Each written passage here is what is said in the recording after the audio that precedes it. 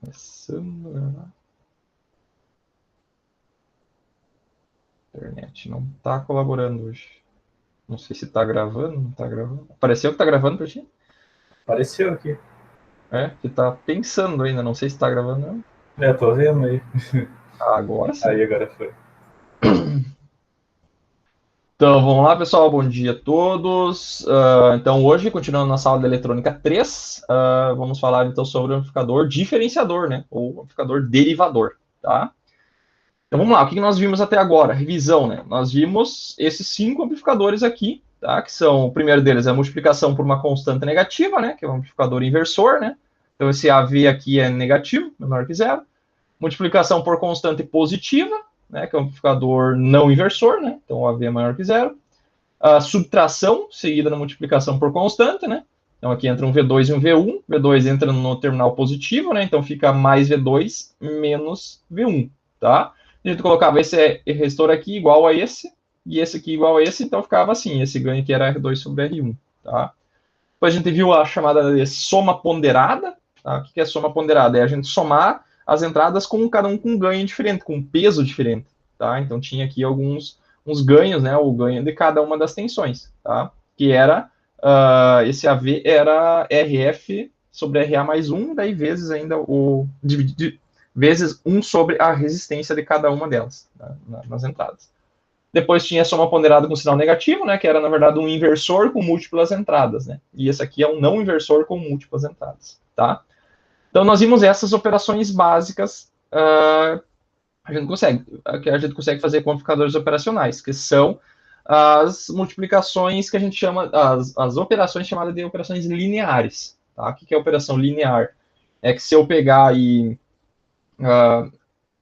por exemplo, pegar tem um sistema que tem duas entradas, tá? E a gente pegar e colocar essas duas entradas nesse sistema aqui, a gente consegue tipo dividir o resultado na saída, tá? Então a saída vai aparecer com as duas entradas somadas ou subtraídas ou você tá aqui somadas ou subtraídas ou escalonadas, tá? Então a gente só mexe, na verdade, na amplitude das variáveis, tá? Que é basicamente isso, é multiplicar por uma constante, tá? Então essas são chamadas operações lineares, tá? Operações de mais alguém aqui. Operações de não lineares que a gente poderia fazer são as chamadas. Alguém falou alguma coisa? Não.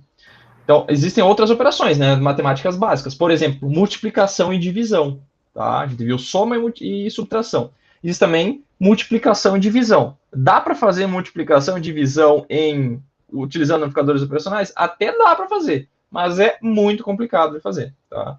Muito complicado. Por exemplo, vou só colocar aqui que tem um espacinho em branco. Como é que a gente faria uma multiplicação utilizando Ampiop, tá? Nós não vamos estudar aqui, tá? É só porque eu vi na literatura, assim, e é possível fazer, tá? Como é que faria? Em vez de a gente pegar um sinal, por exemplo, V1 aqui vezes um V2, tá? O que a gente faz? A gente pega e aplica logaritmo nesse circuito aqui, nesse sinal, tá? Então, a gente pegaria assim, ó, log de V1 vezes V2. Tá? O que é log de V1 vezes V2? É log de V1 mais log de V2. Tá?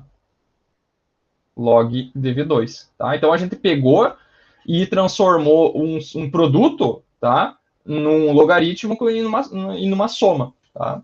Então, depois que eu faço essa operação aqui, eu tenho que pegar e elevar ele na 10 aqui para cortar com o log. Tá? Então, eu pego tudo isso aqui e elevo na 10 aqui. Daí, corto esse cara aqui, eu tenho V1 vezes V2. Tá? Então, em vez de fazer a multiplicação, eu faço a operação logaritmo. Tá? Como é que eu faço a operação logaritmo? A gente usa um transistor. Tá? Então, o transistor, pessoal, um transistor bipolar, a gente sabe que existe uma relação aqui, ó, na base do transistor bipolar tem um diodo, né? É a base de um diodo. E a corrente, tá? A corrente que dessa aqui, a corrente da base, ela também é dada pela equação, aquela exponencial lá do diodo, tá? Então, aqui vai ficar alguma coisa que vai ficar assim. Aqui tem uma constante, que eu não lembro qual que é, e aqui é I na menos VBE, né? Tá? E aqui tem umas constantes também, vou chamar de K2 aqui, tá? Então, isso aqui é uma operação, a relação entre a tensão VBE, tá? Entre a tensão VBE e a corrente da base, ela é dada por uma exponencial, tá? Então, eu posso fazer um amplificador, pessoal, assim, ó, é bem diferente, a gente não vai estudar isso aqui, porque muito dificilmente é utilizado, tá? Então, assim, eu coloco um transistor aqui, eu posso aterrar aqui, se eu quiser, e assim, tá? Esse amplificador aqui, pessoal, é um amplificador logarítmico, tá? É um amplificador logarítmico. Por quê? Porque a relação entre a corrente que vem aqui, ó, pessoal, e a tensão aplicada ali, porque daí essa tensão aqui vai ser amplificada para o ganho e vai aparecer aqui. Ó. E aqui eu tenho zero e aqui eu tenho VO. Então, se eu botar um VO negativo aqui, eu vou estar aplicando uma tensão positiva na base, tá? Que vai dar uma corrente exponencial, tá? Então, esse circuito aqui, eu não lembro se esse cara aqui é o exponencial ou o logaritmo. Mas daí tu passa por esse circuito aqui no V1, passa por ele no V2, passa por um somador e depois tu passa por um circuito exponencial. E daí como é que faz o exponencial? Só troca esse transistor para cá e o resistor para lá, tá? E daí com isso eu consigo fazer a multiplicação, tá? E como é que eu faço a divisão? A divisão, ela é bem semelhante, porque quando a gente faz um log de V1 dividido por V2, isso aqui vira, na verdade, log de V1 menos V2, menos o log de V2, tá? Então, no lugar de uma soma, eu coloco uma subtração ali no meio, tá? E daí, com isso, eu consigo fazer produto e divisão, tá? É uma maneira muito complicada de fazer. Eu nunca fiz na prática, não trabalho, não está na ementa da disciplina, e eu acho que não vale a pena, tá? Por quê? Porque hoje é mais fácil a gente pegar o sinal e condicionar ele, colocar dentro do microcontrolador e fazer a multiplicação, tá? Ou divisão. Fica muito mais fácil, não tem problema de saturação, aqui é bem mais prático, tá? E aqui tem variação de parâmetro do transistor, então é bem mais complicado de fazer, tá? Beleza? Já tinham visto alguma coisa semelhante a isso? É doideira, sim.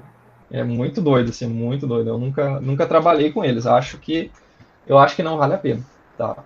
Até com pique tu consegue fazer. Uma multiplicação, é um processo muito simples de fazer digital, né? Então faz digital, tá? Que é mais fácil. Beleza? Então, essas aqui são as configurações básicas, né? As operações matemáticas, né? Por isso que é amplificador operacional, né? Porque ele faz operações matemáticas, tá? Então, essas aqui são as básicas. É soma e subtração e amplificação, né? Então, são basicamente 3 operações que a gente viu em 5 circuitos diferentes, tá? O amplificador de instrumentação, ele entra aqui, como sendo um amplificador de diferenças, né? Ele amplifica diferenças com algumas características específicas, tá? Então, essas são as operações básicas, tá? Agora nós vamos ver as operações avançadas, digamos, tá?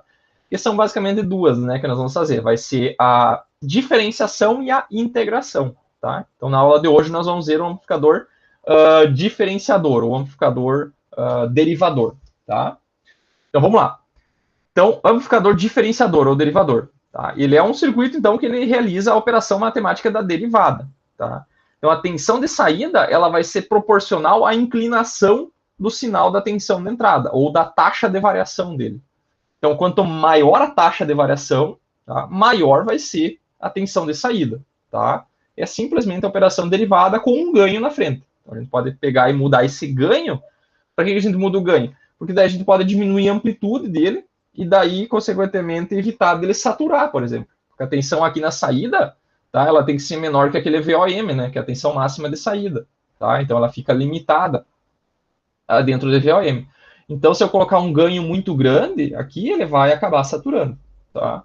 Então, esse R e esse C aqui, esse resistor e capacitor, a gente vai poder trocar o ganho do diferenciador, tá? Então, eu posso fazer de 2 maneiras. Posso fazer utilizando o capacitor, tá? Que é a maneira mais comum, tá? Porque o capacitor, pessoal, ele é um elemento mais padronizado.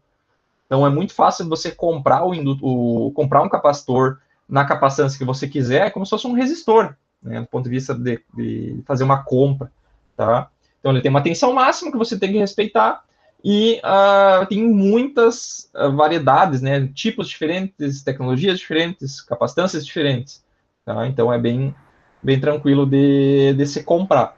Já o indutor não. Oi? O indutor você tem que projetar as espiras. O indutor tu pode pegar e fazer no laboratório, em casa, né?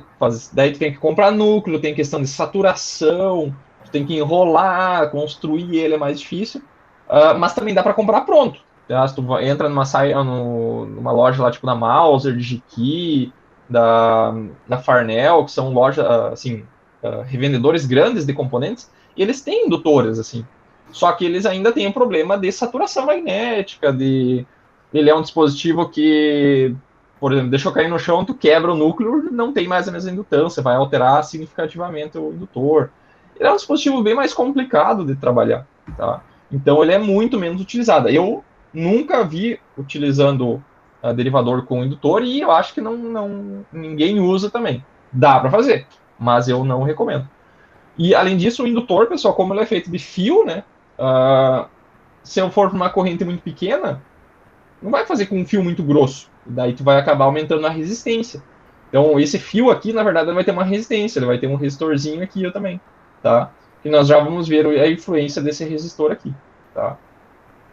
O capacitor, pessoal, ele já é se tu comparar o capacitor real com o ideal e o indutor puro com um indutor prático, né, com um indutor ideal, vocês vão ver que o capacitor ele é mais próximo do ideal, tá? Ele é mais porque ele não tem tanta corrente fluindo por ele, enquanto que no indutor sempre tem que ter corrente, tá? Então o capacitor ele trabalha em tensão, na verdade. Então, enquanto ele vai ter uma tensão, vai ter menos corrente. Tá? Então, consequentemente, as quedas de tensão ali vão ser menores no capacitor do que no indutor. Tá? A resistência em si não vai ser tão problemática. Tá? Beleza? Então, para que serve, pessoal? Para que a gente utiliza o amplificador diferenciador? Tá? Uma aplicação pode ser, por exemplo, para remoção de nível CC de um sinal. Tá? Então, se eu tenho um sinal senoidal que tem um nível CC, que vem de um sensor, por exemplo, eu posso pegar e remover o nível CC, porque a derivada de um valor CC é zero, né? Então, se eu tiver nível CC aqui, por exemplo, um sinal assim, ó, tá? Nível CC mais uma senoide, aqui na saída eu vou ter um sinal que ele vai ser provavelmente vai ser uma derivada, né? Então, se aqui está um seno, aqui vai ser um cosseno, né? Mas a média do sinal de saída vai ser zero, tá?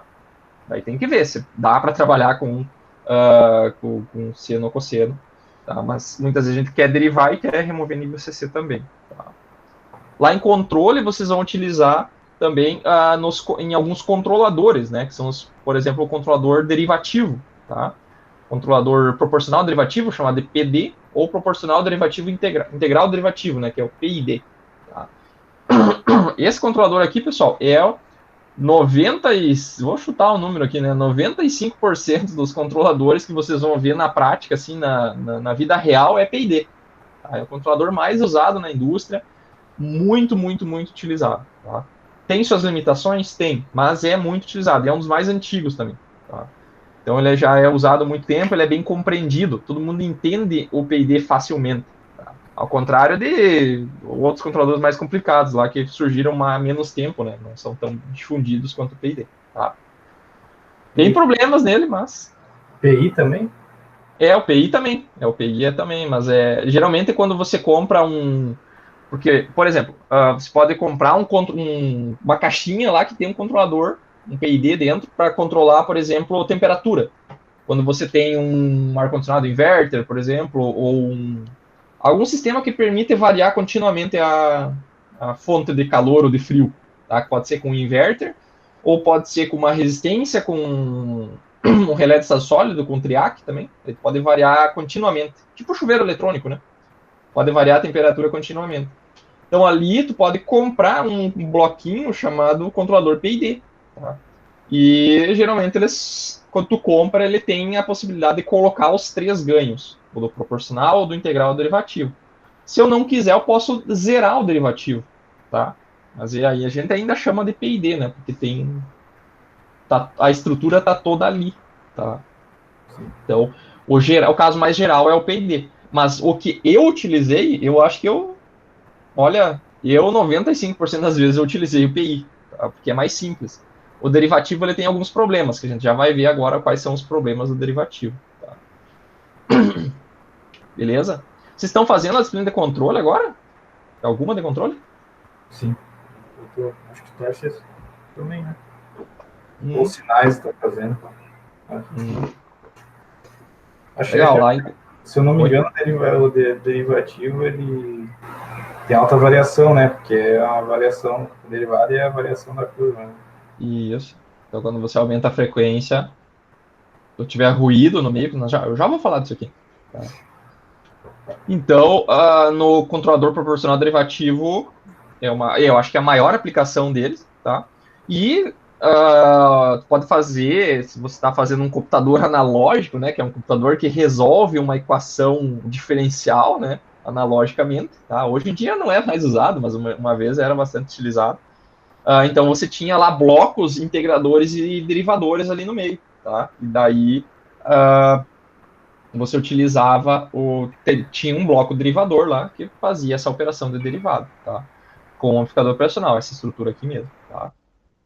Então, em computadores analógicos era bastante utilizado, ok?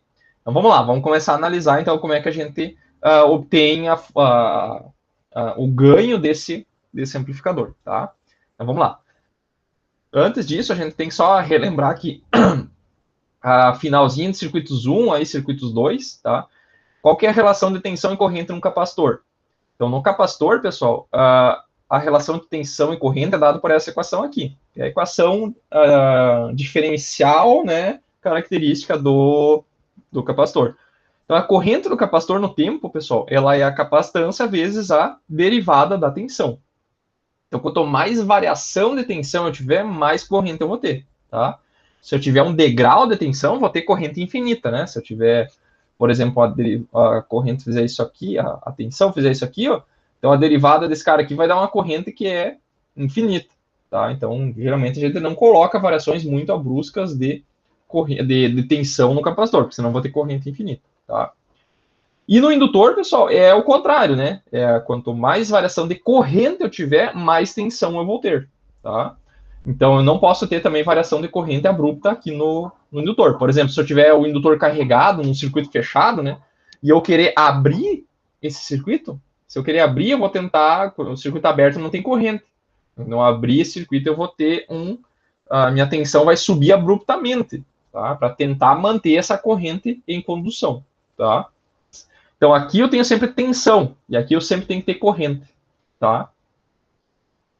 Então a gente quando trabalha nessas equações a gente pode trabalhar no tempo, tá? Mas o mais comum é trabalhar usando a transformada de Laplace, tá? Por quê? Porque a transformada de Laplace tem algumas características bem importantes aí de transformar uma equação com derivada numa equação algébrica, tá? Então essa derivada aqui vira um S lá usando a transformada de Laplace, né? Lembra da transformada de Laplace? Vocês estão utilizando já agora? Estão todos na ponta da língua? Acho que eu nunca usei muito assim, eu vi com aliento lá. Mas Tá, vocês viram? a de Fourier Tá, foi mais. foi mais, tá, beleza. Então vamos ter Vagamente. que. Tá, vamos dar uma relembrada aí, vamos dar uma relembrada. É bem tranquilo, assim, o que a gente vai ver aqui é bem superficial. Lá no final da disciplina, quando a gente começar a ver filtros, eu vou precisar de novo de transformador de Laplace, daí já é bom dar uma estudadinha de novo, tá? Então, o que que acontece, pessoal? Quando eu tenho uma equação que tem uma derivada, tá, ou uma integral, tá, o que que a gente faz? A gente pega e aplica a transformada de Laplace, tá? Então, eu posso ter uma igualdade aqui e a transformada de Laplace a gente trabalha como se ela fosse um operador, tá? Por exemplo, um operador multiplicação. Eu pego essa equação aqui e multiplico por 2 dos dois lados da igualdade. Então, não alterou a igualdade, né? Vai ficar o dobro desse lado, vai ser igual ao dobro do outro, tá? Se eu dividir por x aqui, dos dois lados, a divisão aqui, ou x não ficou uma boa palavra, por y aqui dos dois lados, tá? Isso aqui não está alterando, porque tem y dos dois lados, tá? Então, a transformada de Laplace é a mesma coisa. Então, eu pego e aplico esse operador Laplace dos dois lados da igualdade, tá? A mesma coisa de uma derivada, né?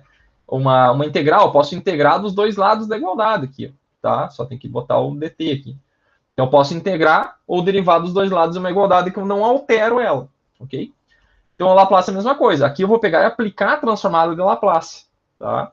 Então, quando eu aplico a transformada de Laplace, eu pego uma equação aqui, para quem não lembra de como é que é a transformada de Laplace aqui de uma função f de t, o que eu faço?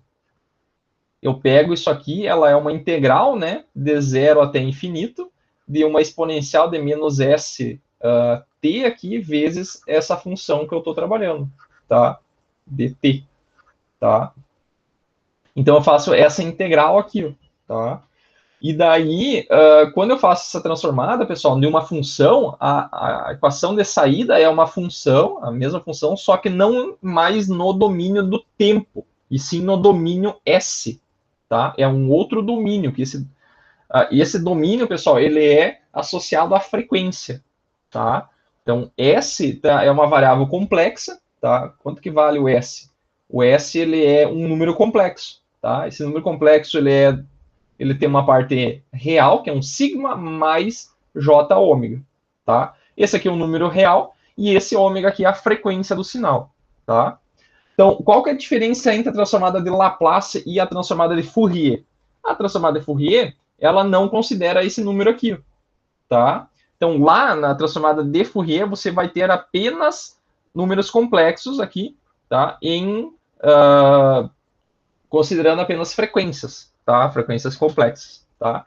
Então, nesse quesito, a transformada de Laplace ela é mais completa, tá? Porque ela engloba também a parte real desse número complexo, tá? Então, quando eu aplico a transformada de Laplace nessa equação aqui, ó, aqui eu tenho uma equação IC de t, tá? E a transformada de Laplace de uma função é a própria função, só que no domínio S, tá? No domínio S. Aqui eu tenho a transformada de Laplace de uma derivada, tá?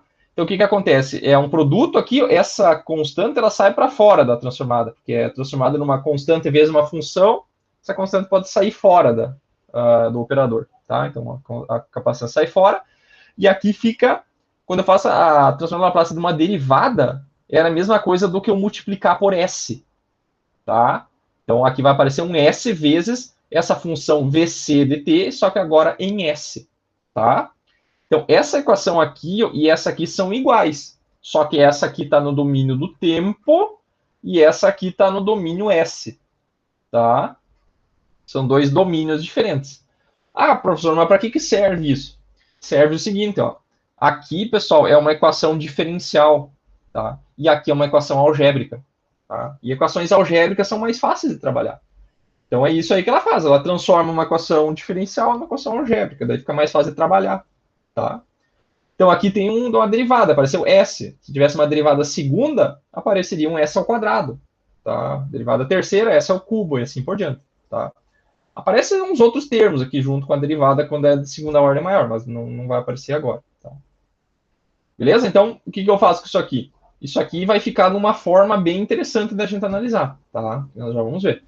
Então, o que a gente faz? A gente pega agora e o que nós queremos? Nós queremos como se fosse o ganho do capacitor. Né? O que é o ganho?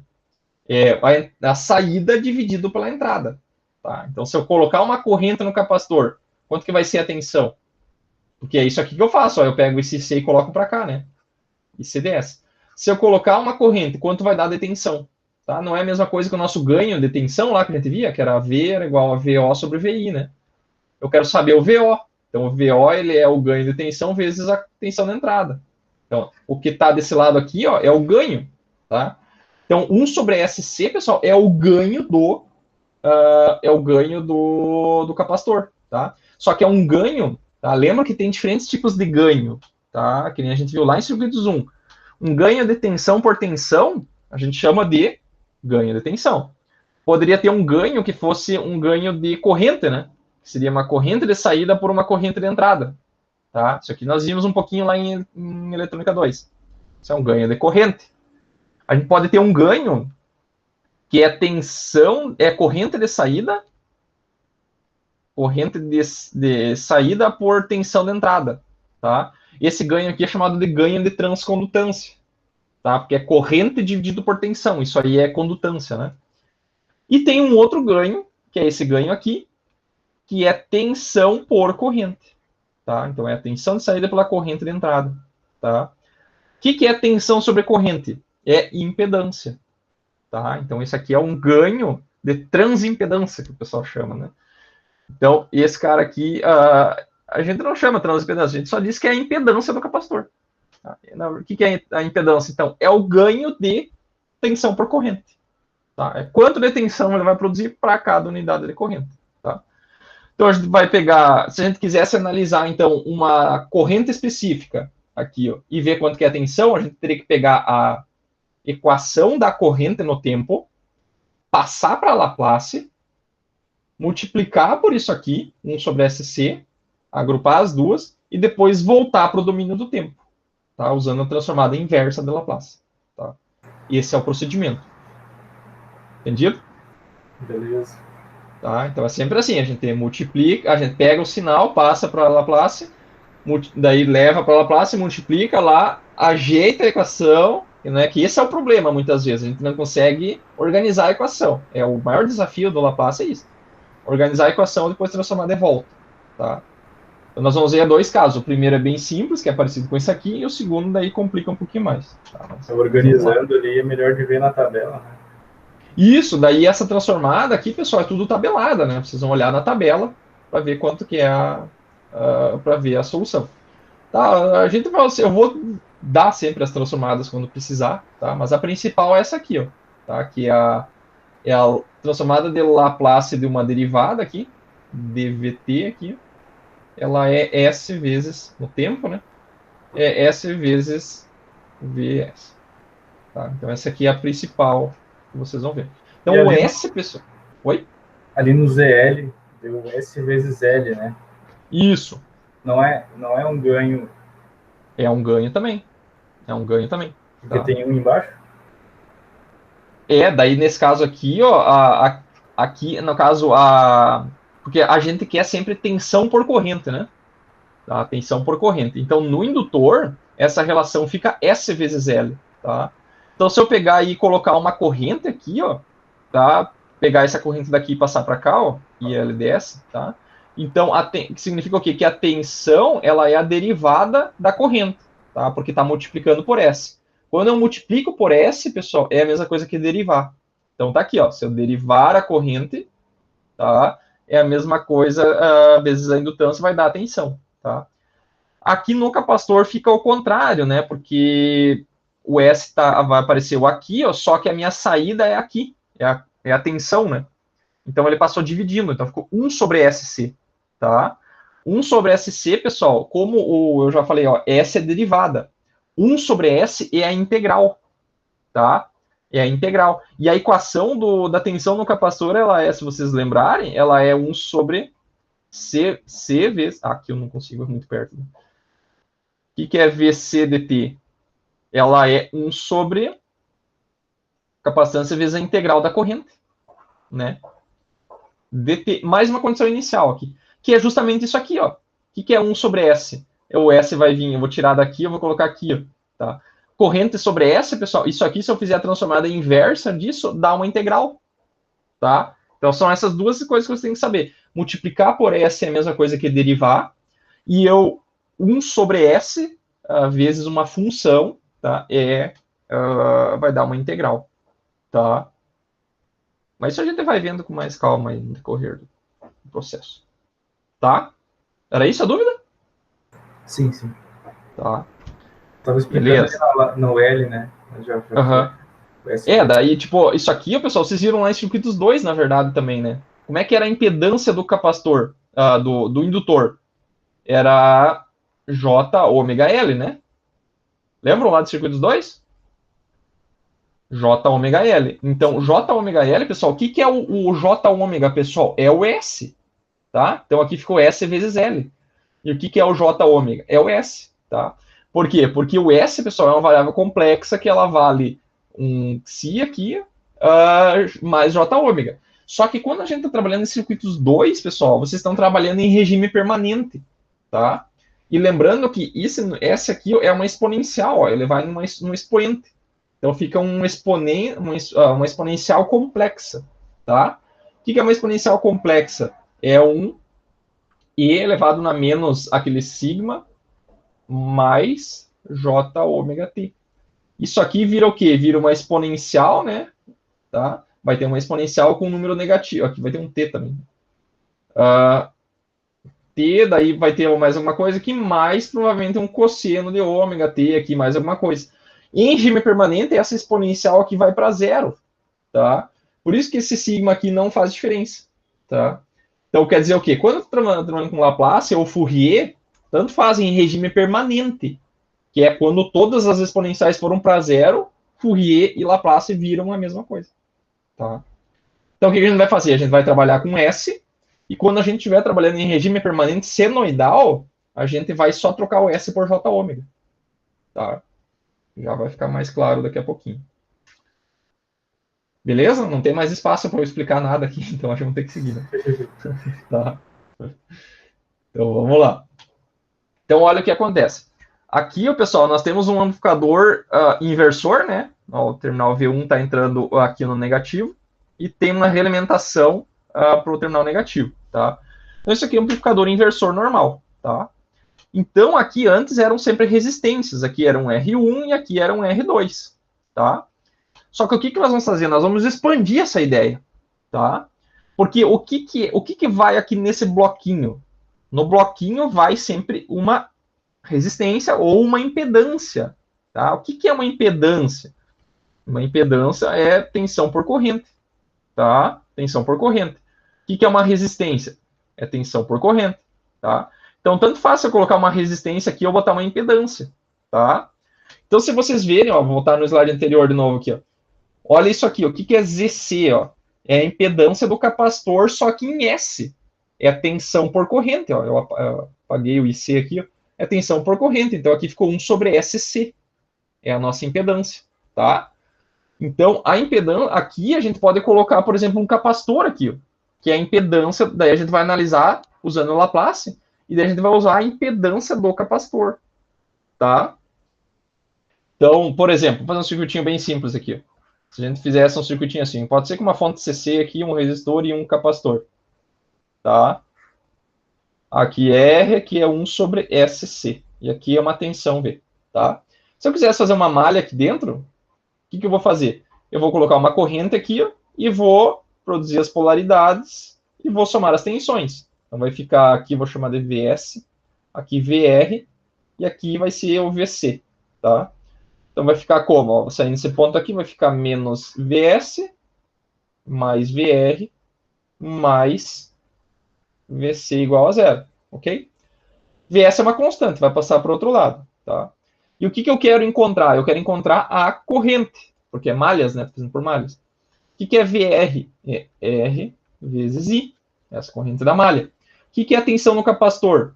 Se eu olhar isso aqui, ó, é só fazer o quê? Passar o I para o outro lado. Então, o meu I é sempre a tensão sobre uma impedância, tá?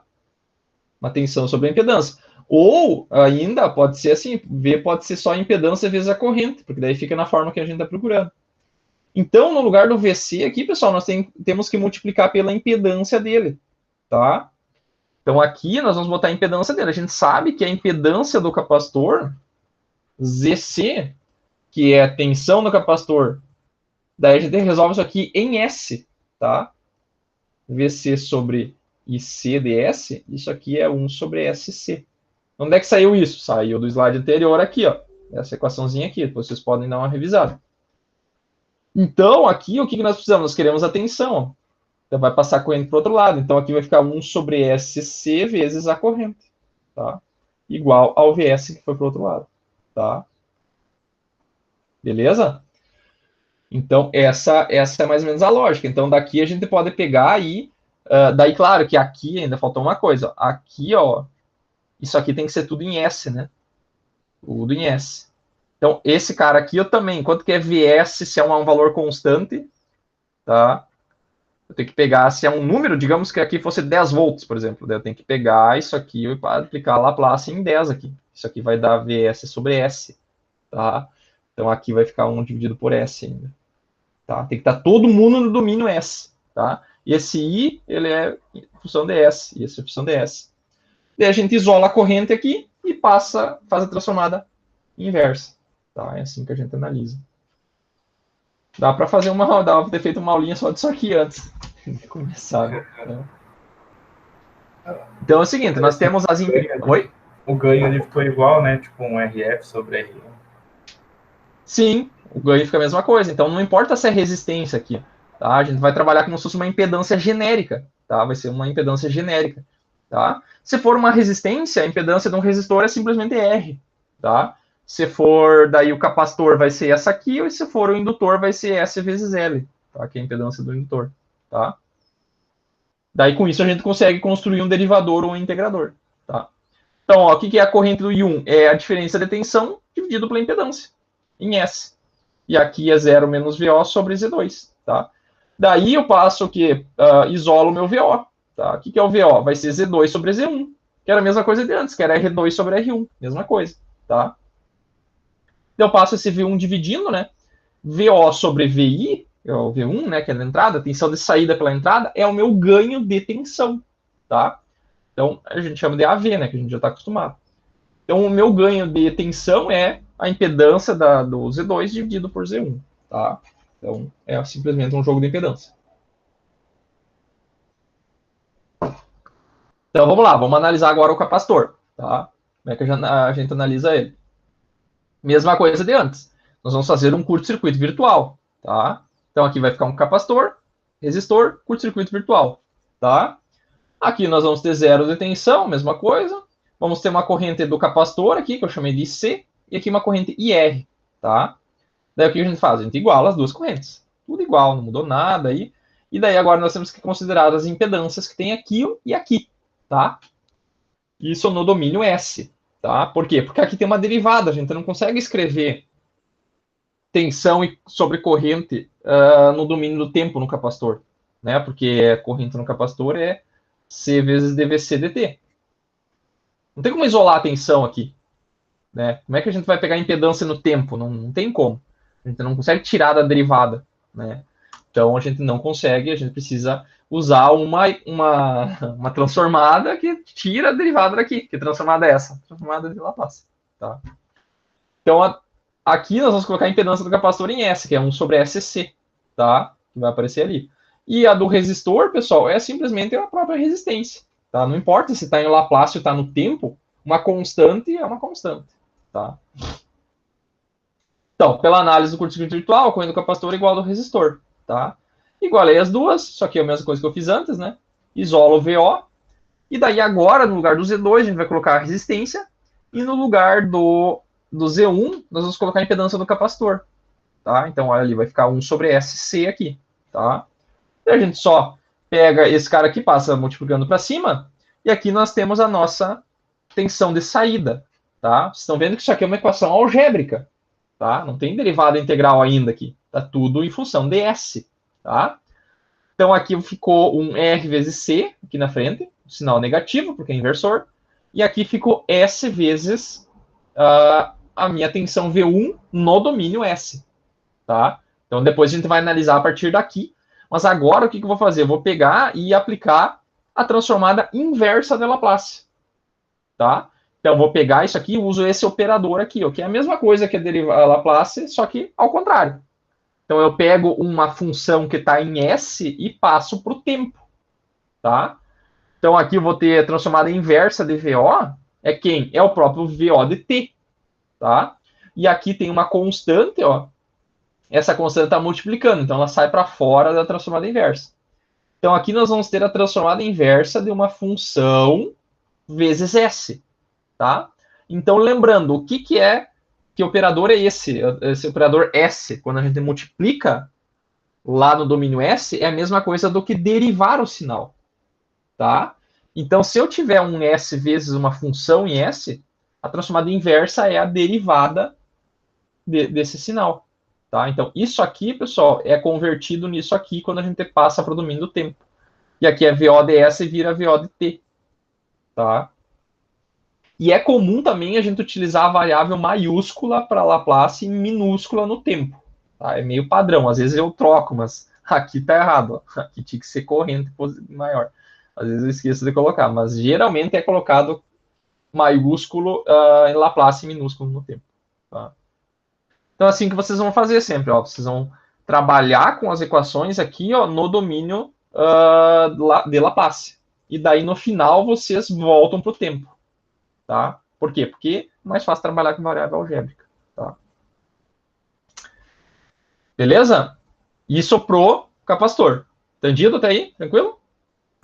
Tranquilo. Tranquilo? Entendido. Tá, daí depois a gente poderia fazer pro circuito com indutor também, que é a mesma coisa. Tá? Eu vou mostrar aqui, apesar de não ser tão utilizado, mas eu vou mostrar aqui também. Tá? Então é a mesma coisa, né? Troca-se o circuito, faz uma análise curto-circuito virtual. As impedâncias de entrada e saída, aqui a gente representa elas no domínio de Laplace, né? Então a resistência fica o próprio R e o indutor fica S vezes zero, né? Por quê? Porque a gente viu que a tensão no indutor é L vezes DIL dt, né? E daí a gente aplica Laplace, nisso aqui fica VL ds S vezes, aqui fica, como é uma derivada, né? Quando eu passo para Laplace, fica S vezes IL ds, tá?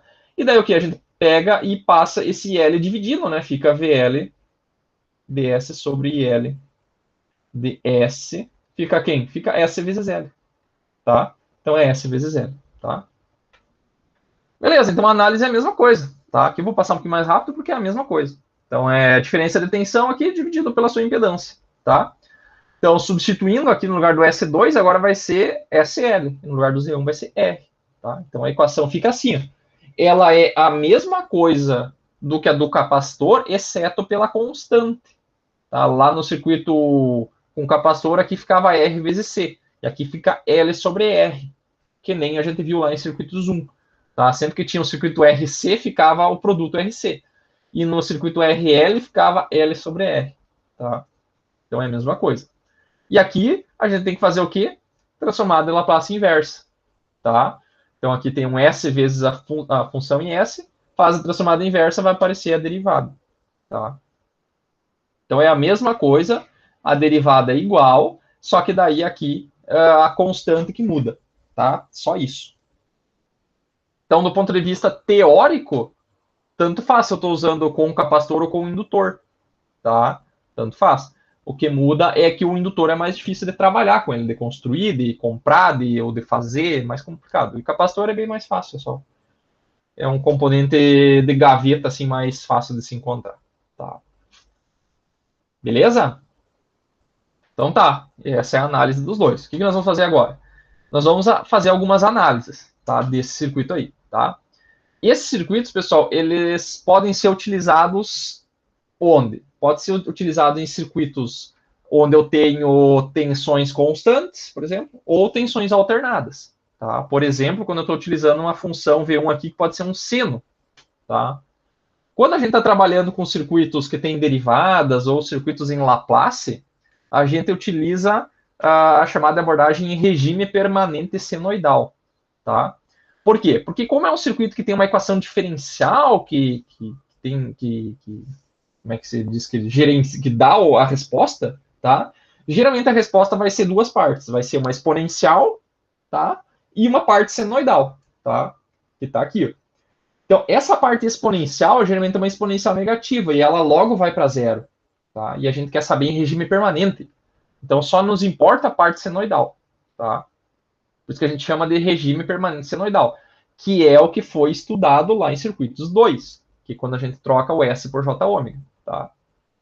Então aqui a gente vai fazer as duas análises. Vou fazer primeiro a análise do domínio do tempo, tá? Análise do domínio do tempo, e depois vou fazer a análise lá em Laplace, daí analisar em regime permanente, tá? Então esse circuito aqui, pessoal, é a relação entre entrada e saída, tá tudo no tempo aqui. Todas as variáveis estão no tempo. Então a tensão de saída é R vezes C vezes a derivada, tá? Como é que eu obtive essa equação? Eu posso obter ela por Laplace, depois chegar aqui, ou eu posso obter ela no domínio do tempo também, tá? Também posso fazer tudo no domínio do tempo. Poderia ter colocado aqui, não coloquei. Então a gente usaria as equações, né? Aqui seria IC igual a C vezes dVc dt, tá? Pega essa corrente igual àquela e daí isola a tensão de saída ali, que vocês vão ver que vai ficar bem... vocês vão chegar nessa mesma equação, tá? Daí, o que eu vou fazer? Vou pegar essa função senoidal aqui, que é uma tensão de pico aqui, vezes seno de ômega t, e vou aplicar nesse circuito derivador, tá? Para ver o que acontece. Então, como é que eu faço para aplicar uma tensão aqui? Eu vou substituir ela aqui no lugar dela, no V1, tá? Então, vai ser menos RC vezes a derivada do sinal, tá? E daí, o que é a derivada de V seno de ômega t? Então, vai ser V, que já estava aqui dentro, sai para fora da derivada, e como eu tenho derivado um seno de ômega, esse ômega vai vir para fora, tá? Vai ficar ômega cosseno de ômega t, tá? Ok? Então, aqui então tá entrando um seno e tá saindo um cosseno, tá? Fica meio difícil da gente pegar e comparar, porque um é seno e outro é cosseno. Então, vamos transformar tudo para seno de volta, tá? Como é que a gente transforma um cosseno num seno? A gente pega e adiciona 90 graus, tá? Então, eu adiciono 90 graus e troco por seno, tá? Então, seno de alguma coisa mais 90 é a mesma coisa do que cosseno, tá? Não mudou nada. Não mudou nada, só está 90 graus defasados. Por quê? Porque lá no círculo trigonométrico, o cosseno de um ângulo aqui, ó, cosseno de um ângulo é a projeção no eixo X, tá? E o seno é a projeção no eixo Y, tá? Então, se eu quero trocar, eu só tenho que defasar 90 graus, né? Porque a projeção é em 90 graus aqui. Então, adicionei 90 graus, daí tem que lembrar, às vezes eu sempre me confundo, você tem que adicionar ou subtrair 90 graus, daí vocês testam um número, né? Por exemplo, cosseno de zero, aqui, ó. Seno de zero é 1. Então, se eu jogar seno de zero aqui, vai dar seno de 90. Seno de 90 é 1 também. Então, tá certo. Tá? Poderia ser menos 90 aqui. Daí seria seno de menos 90, daria menos 1, que não é cosseno de zero. Tá? Tem que tomar cuidado nisso aí. Mas então, tá aqui, aí a derivada já. Oi? Tá aí a derivada já. Isso aqui já é derivada, é o sinal de saída. Ó. Então, já passou pela derivada. Tá? Eu já derivei ele. Por isso que apareceu um ômega aqui. Tá? Esse ômega veio para fora do seno, tá? E só para deixar igual, né, pessoal, aqui está sinal positivo, né? Então eu vou tirar esse positivo, esse negativo daqui, ó, tá? Como é que eu tiro o negativo da frente de uma função trigonométrica aqui? O que eu tenho que somar aqui dentro de um seno para trocar de sinal aqui na frente? 180. 180 graus, né? Então é o menos, pessoal, no círculo trigonométrico está aqui, ó, tá? Então ele é menos mais 180 ou menos 180, tá? Aqui a gente vai colocar menos 180, tá? Então, adicionando 180 para remover o sinal negativo. Então, aqui ficou positivo, tá? Então, agora dá para comparar melhor, ó. Nós temos aqui, ó, entrando uma amplitude V e está saindo uma amplitude RC vezes V vezes ômega, tá? E está saindo seno aqui, ó, tá? Ok? Beleza, então nós pegamos um sinal senoidal, aplicamos na entrada do derivador e saímos com o sinal também senoidal com uma defasagem e com uma amplitude diferente, tá? Então, se você tem uma amplitude diferente, a gente pode calcular o ganho, tá? Qual que é o ganho entre a tensão de entrada e a tensão de saída? Só que, como eles estão defasados, né? Quando eu tenho o máximo do um, eu não tenho o máximo do outro, né? Porque seno tá assim, ó, né? E esse cara aqui, que é a saída, é menos cosseno. Então, cosseno menos cosseno tá saindo assim, ó. Tá? Então, eu não posso pegar ponto a ponto. Se eu pegar esse ponto e dividir por esse aqui, não dá, porque vai ter horas, inclusive, que eu vou pegar a tensão de saída, que é essa aqui, ó, VO, e aqui é o VI, V1, que eu tenho a tensão aqui e tenho zero no V1. Eu não posso dividir por outras em todos os pontos no tempo. Tá? Então, eu tenho que dividir somente as amplitudes. Tá? Então, o ganho vai depender de RC e ômega. E ômega. Perfeito. Perfeito. Isso que o derivador faz. Todo derivador faz isso. Eu tenho um sinal senoidal, quanto maior a frequência, maior vai ser a minha tensão de saída. Tá? Vocês acham que isso é uma coisa boa ou uma coisa ruim? O que vocês acham que vai acontecer? Acho que não, né? Imagina se eu tiver aqui somado, isso aqui é na prática, né, pessoal? Então esse sinal senoidal, se eu tiver esse seno entrando aqui, ó, e aqui eu tenho um ruído. Fica instável, não fica? Oi? Fica instável o circuito quando aumenta. Pode ficar instável. E assim, ó, imagina que na prática eu tenho, digamos, um seno puro aqui, ó, uma amplitude de 5 volts, tá? Um seno purinho, tá? Só que eu tenho também um ruído junto. Sempre vai ter ruído, tá? Minha fonte pode ter um ruído. Então, se eu tiver aqui uma amplitude de ruído aqui de, sei lá, 1 milivolt. Então, aqui é 5 volts. E eu vou derivar, digamos que o meu derivador tenha ganho 1 e aqui está saindo 5 volts também, menos cosseno, tá? Só que daí, tudo certo, né? Certo. Só que daí se eu tiver um ruído aqui, imagina que o ruído aqui seja de 1 milivolt, tá? O cara pensa, 1 milivolt não tem problema, né? Só que é 1 milivolt sendo de 10 megahertz, tá? Tem 10 megahertz vezes o tempo aqui, 2π, tem um 2π aqui também. Tá? 2π é 10 megahertz. Então esse 10 mega, pessoal, vai sair para fora. Então vai ficar 10 mega vezes 1 mili. O mili vai cortar com mega, vai dar 10 volts. Então aqui eu vou ter um ruído de 10 volts de amplitude, tá? Vezes ruído. Estou inventando uma função ruído aqui, tá?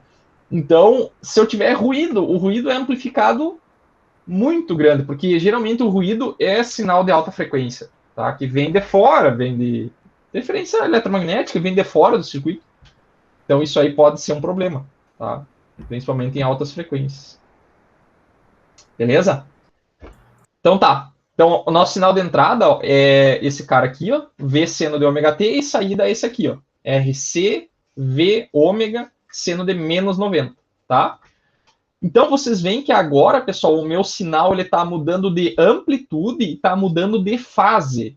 A fase do sinal de saída é diferente da entrada. Tá? Nesse caso, deu um númerozinho redondo, 90, mas depois vocês vão ver que pode dar qualquer número. Pode dar qualquer defasagem, dependendo do circuito. Tá? Então, como é que a gente vai analisar agora? A gente vai ter que analisar duas coisas. O ganho e a fase. Tá? Sempre que tiver circuitos que tenha capacitores, indutores, são circuitos dinâmicos, nós vamos ter defasagem. Tá? Então, essa fase nós vamos analisar agora. Dá, então, duas partes. Né? Primeiro, o módulo do ganho, tá? O ganho e a fase. Como na fase, pessoal, a gente pode capturar a informação se um circuito é inversor, por exemplo. Então, digamos que a gente tivesse lá no circuito inversor, tivesse um ganho que fosse assim, ó, menos 10, tá? Como é que a gente analisa ganho e fase desse circuito aqui? Esse cara a gente analisa assim, primeiro o módulo do ganho, AV. Quanto que é o módulo do ganho? 10, tá? E quanto que é a fase, tá? O símbolozinho de fase, vocês usavam lá em circuitos 2, eu acho. A fase do ganho, ela é menos 180, então ele inverteu o sinal. Então, a fase desse sinal aqui é menos 180, tá? Então, vocês separam o ganho em duas partes. A parte do módulo do ganho sempre vai ser a magnitude, tá? Então, se tiver um sinal negativo, esse sinal negativo vai ser capturado pela fase. Tá? Aqui na fase vai estar se é inversor ou não. Tá? A magnitude, nós podemos ter dois circuitos com a mesma magnitude e um ser inversor e o outro não. Tá? Então, não adianta só olhar a magnitude, tem que olhar a fase também. Tá? Então, o que eu quero mostrar para vocês? Que existem duas maneiras de fazer a magnitude e a fase. A primeira que eu estou fazendo aqui, ó, nós não vamos usar, mas é só para mostrar para vocês. Que é fazer no domínio do tempo. Tá? No domínio do tempo fica mais ruim de analisar as coisas. Depois a gente vai analisar no domínio de Laplace, que vocês vão ver que vai ficar mais fácil. Tá? No domínio do tempo, nós sempre temos que escrever o sinal como sendo positivo aqui e seno. Tá? Então, tem horas que fica complicado de fazer isso. Tá? Então, o que nós vamos fazer? Mas eu vou mostrar igual. Vou mostrar igual. Então, o módulo do ganho, pessoal, a gente analisa assim, ó, é o módulo, tá, da tensão, só que como o sinal está variando no tempo, só pegar o módulo não adianta. Tá? Tem que pegar o valor máximo, tá? Ou o valor de pico. Tá? Então a gente pega o pico da tensão de saída dividido pelo pico da tensão de entrada. Isso é um ganho, né? Tensão de saída pela entrada, isso é ganho. Então qual que é o pico da tensão de saída? Isso aqui, ó. Tá? O que é o pico da tensão de entrada? Isso aqui, ó. Tá? Isso em módulo, tá, pessoal? Para a gente tirar o sinal do negativo, se tiver. Porque daí o sinal negativo vai aparecer lá na fase depois, tá? Então, esse aqui é o módulo do ganho, tá? Aqui eu aplico o módulo, então vai sair todos os sinais, se tiver a tensão aqui for negativa, ou tiver algum sinal negativo aqui, a frequência é sempre positiva e o RC é sempre positivo, mas poderia ter um menos na frente aqui, né? Então, a gente tira todos os sinais negativos, fica somente o positivo. E aqui corta essa amplitude, né? Então, o módulo do ganho, pessoal, depende do R, do C e da frequência, tá? Então, o ganho está variando com a frequência. Então, a gente pode colocar isso aqui num gráfico, tá? Num gráfico. Então, aqui nesse eixo, a gente tem agora frequência, tá? Frequência. E aqui tem o módulo do ganho, tá? Então, isso, pessoal, é outra forma da gente ver o derivador, tá? Então, o derivador, ele está fazendo o quê? A tensão de saída, ela está pegando o R negativo, né? R vezes C vezes a derivada da tensão. Então, a gente pode pegar e olhar o ciclo derivador como um operador derivada, ou como um ganho variável na frequência, tá? Então, a gente, em vez de resolver a derivada, a gente poderia só pegar essa função aqui e ver, qual que é a frequência do... E qual frequência que é essa, pessoal? É a frequência do sinal do VI, tá? Do V1 aqui. Então, seria um V1 de ômega, tá? Então, se eu estivesse entrando com 1 kHz, tá? 1 kHz, eu tenho que ir lá nesse gráfico aqui e ver qual que é o ganho. O ganho é 5, tá? 5. Então, esse 5 é o ganho dessa tensão de saída, tá? Mas tem a fase. Como é que a gente analisa a fase? Então, vai depender da defasagem entre entrada e saída, tá? Então, qual que é a fase do sinal de entrada? Tá aqui, ó, seno de ômega t mais 0, né? Tem um 0 aqui dentro. Então, ela está com a fase 0 na entrada. Qual que é a fase do sinal de saída? Comparado com a da entrada, está menos 90. Tá? Então, entrou um sinal com 0 e saiu menos 90. Ou seja, a minha defasagem é de menos 90 graus. Sempre. Tá? Eu botei em função da frequência aqui, porque vai depender, tem casos que varia com a frequência também. Tá? Então, o meu ângulo aqui, ó, ele é sempre menos 90. Tá? Então, se eu quero saber, tem um sinal de 1 volt entrando no derivador, tá?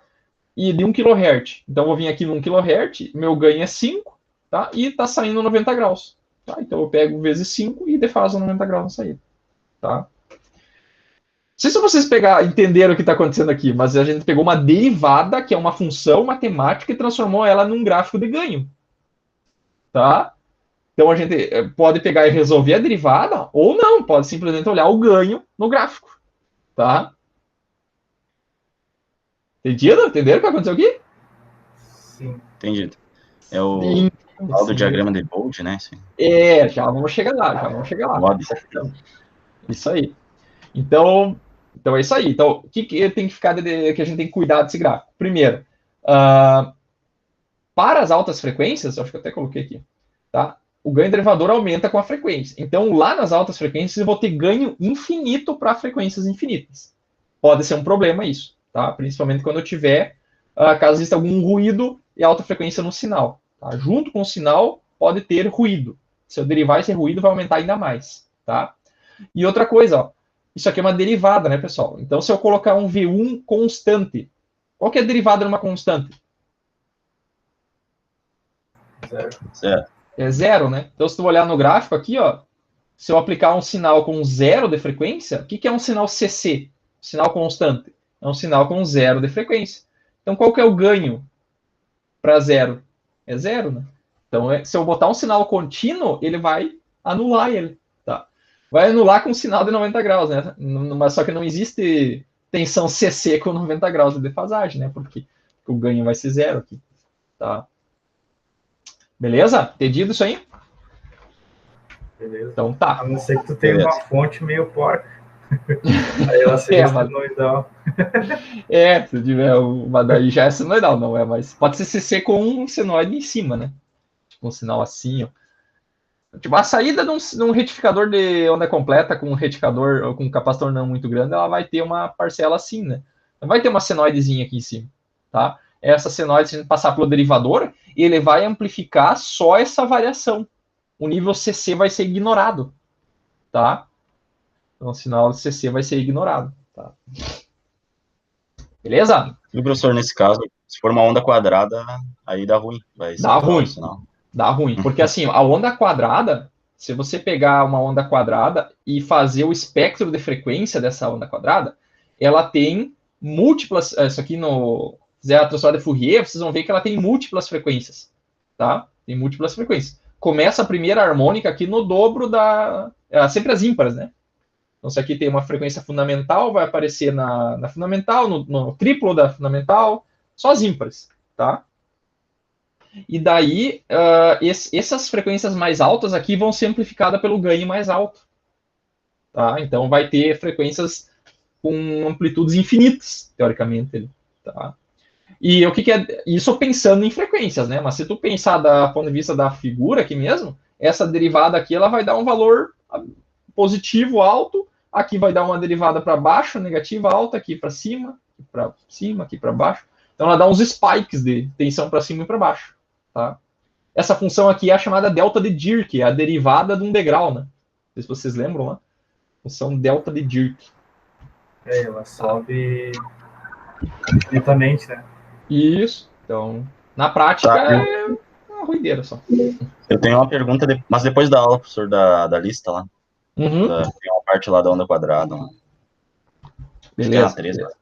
Isso, beleza. Podemos responder. Então tá, vamos lá. Que horas são isso? 9h20. Então, e aquilo foi análise no domínio do tempo. Tá? Vamos fazer agora análise no domínio S, que fica muito mais fácil de fazer. Tá? Então, como é que faz? Vocês vão fazer essa análise aqui inicial toda igual, tá? Tudo igual, não muda nada. Vocês vão chegar nessa equação aqui, ó, que é a da tensão de saída pela tensão de entrada, tá?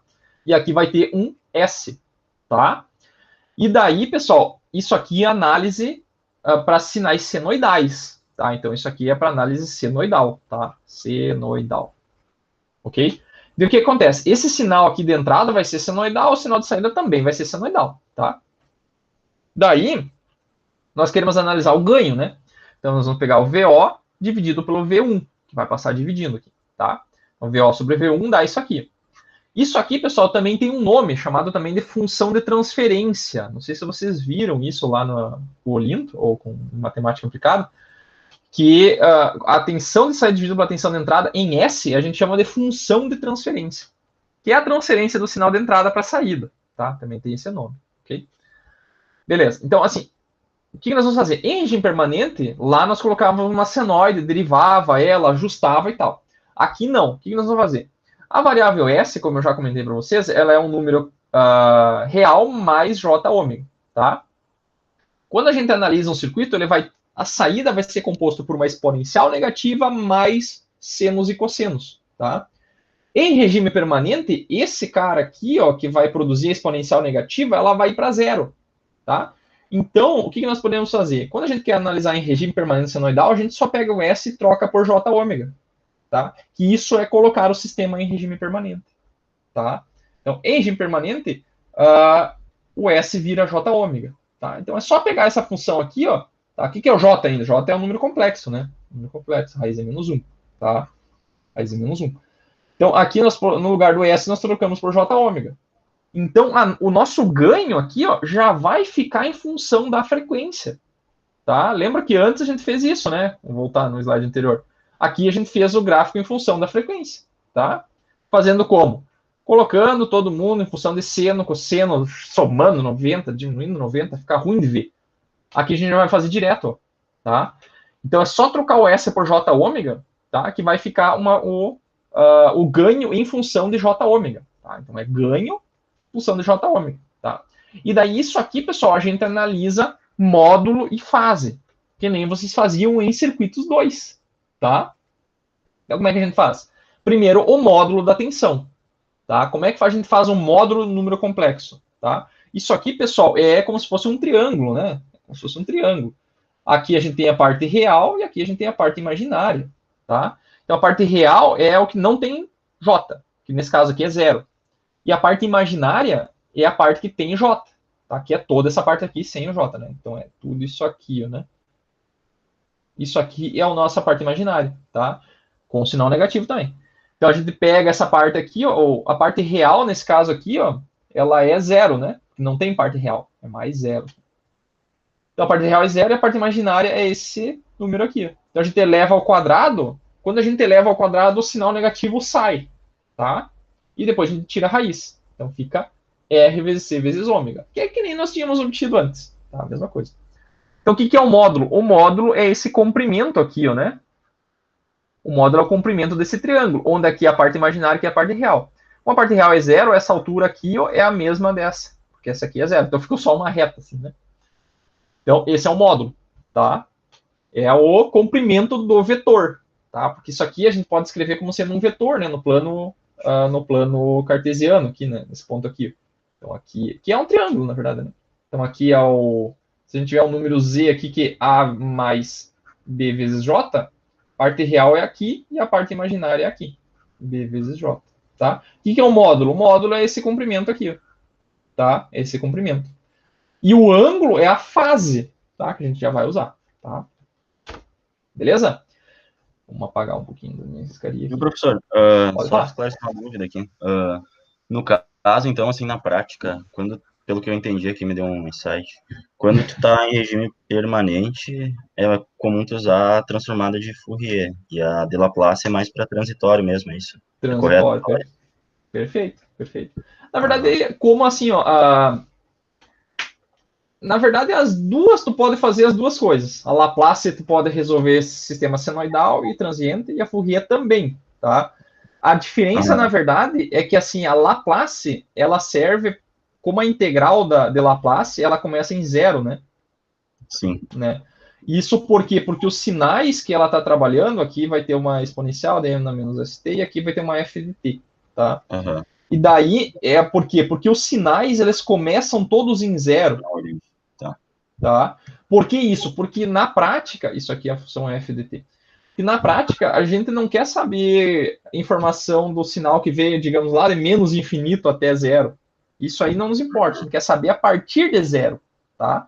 Então, acaba que a transformada de Laplace ela já trunca aqui em zero. Tá? Tá? Então, por exemplo, eu quero analisar um circuito RC. Tá? Eu quero saber quando eu ligar o circuito RC. Agora. Não importa o que aconteceu de menos infinito até zero. Tá? Então, a Laplace é bom para isso. Tá? Entendi. E daí o que acontece? Como é para circuitos que acontecem a partir de agora, é Laplace. E que a gente chama isso de circuitos causais. Eles têm uma causa. Eles começaram agora. Tá?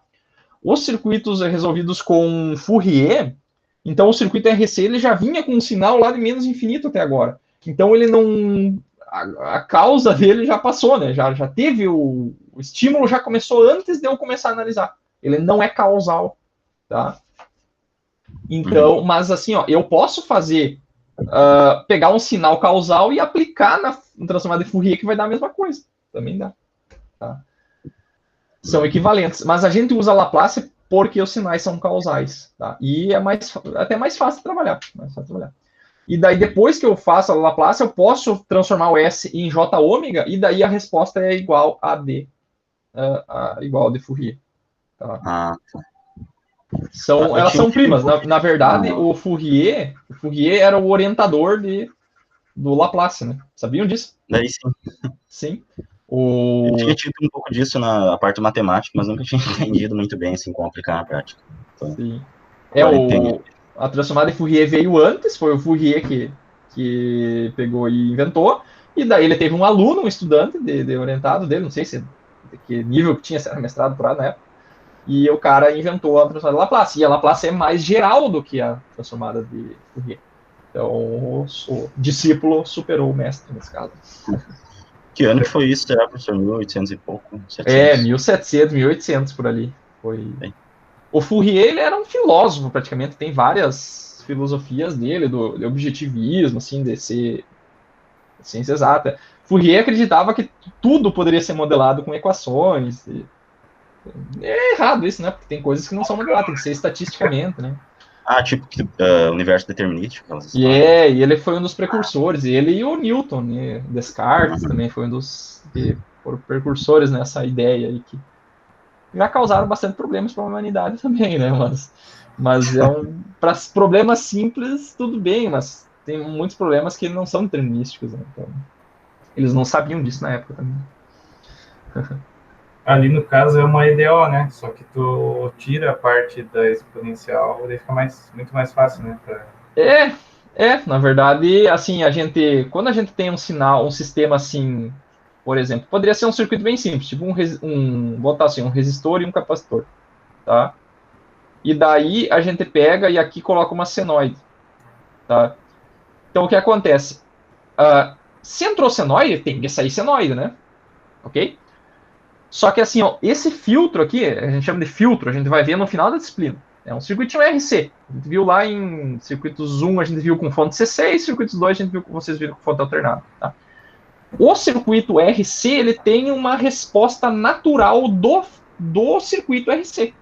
Não importa o que vocês colocar aqui na entrada, vai sair uma exponencial. Tá? Vai sair uma exponencial.